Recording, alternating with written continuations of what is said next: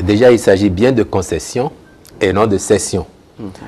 Parce que j'ai pu observer que certains faisaient, en tout cas sur la toile, une certaine confusion entre les deux termes. Il s'agit de concession.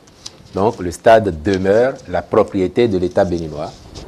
Il reste maintenant que dans la politique sportive du gouvernement, qui nous a amené à réaliser 22 stades omnisports, il est apparu très tôt que l'État ne devait pas et ne pouvait en tout cas pas lui-même s'occuper de la gestion quotidienne de l'ensemble de ces infrastructures. Et nous avions déjà acté le fait que dans les communes, les sociétés sportives professionnelles ou les associations sportives pouvaient se voir confier la gestion, l'entretien, l'exploitation de ces stades-là. Donc une concession à diverses sociétés. La CNSS est basée sur Cotonou. Son club ou son association sportive, l'AS Cotonou, d'ailleurs Omnisport, est localisée dans la ville de Cotonou. Et la CNSS est apparue comme le premier partenaire sportif qui a voulu ou qui s'est inscrit pour prendre en concession le stade de l'Amitié. Après, il faut le rappeler, c'est vrai, le stade René Pleven.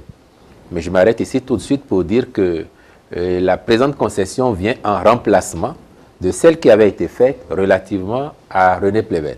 Pour la bonne raison que à René Pleven, les travaux qui sont prévus vont être engagés.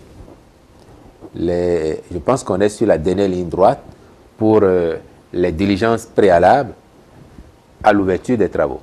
Et pendant ce temps-là, ce stade ne sera pas disponible.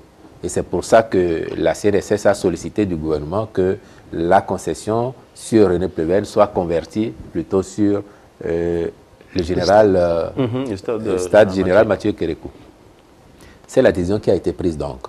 Mais vous avez noté que le Conseil des ministres précise en même temps, parce que la CNSS n'a pas pour habitude de gérer les stades, et que le gouvernement, lui, il tient à la bonne gestion et au bon entretien de l'infrastructure, le concessionnaire aura donc l'obligation de recruter un gestionnaire. Donc, il y aura une gestion déléguée, avec une structure qui est habilitée à le faire et qui en a l'expérience. C'est la dimension proactive, managériale, qu'il faut prendre en compte dans cette décision de concession du stade de l'Amitié général Mathieu Kérékou. Nous n'avons pas eu d'autres prétendants, à la vérité. Et il y en aurait eu que, vous imaginez bien, le gouvernement aurait apprécié toutes les demandes et regardé quelle est l'offre qui était le plus compétitif pour l'État et aurait tranché en faveur de cette offre. Mais on peut deviner, sur l'ensemble des clubs qui opèrent avec Cotonou pour base, on peut deviner que la CNSS apparaît probablement comme la structure la plus fortunée et donc celle qui aurait davantage de moyens aussi pour assurer ses responsabilités en ce qui concerne la gestion, l'entretien et le développement d'aspects confortatifs autour du stade de l'Amitié général Mathieu Kérékou de Kouroulou. Nous avons deux dimensions. Le gouvernement a déjà fait une part des investissements, d'ailleurs la plus grosse part, avec le partenariat Bénin-Chine, mais c'est à la charge du gouvernement. Nous avons fait déjà le gros lot. Maintenant, ce qui viendra ensuite, le confortatif dont on parle, ce sera à la charge du concessionnaire.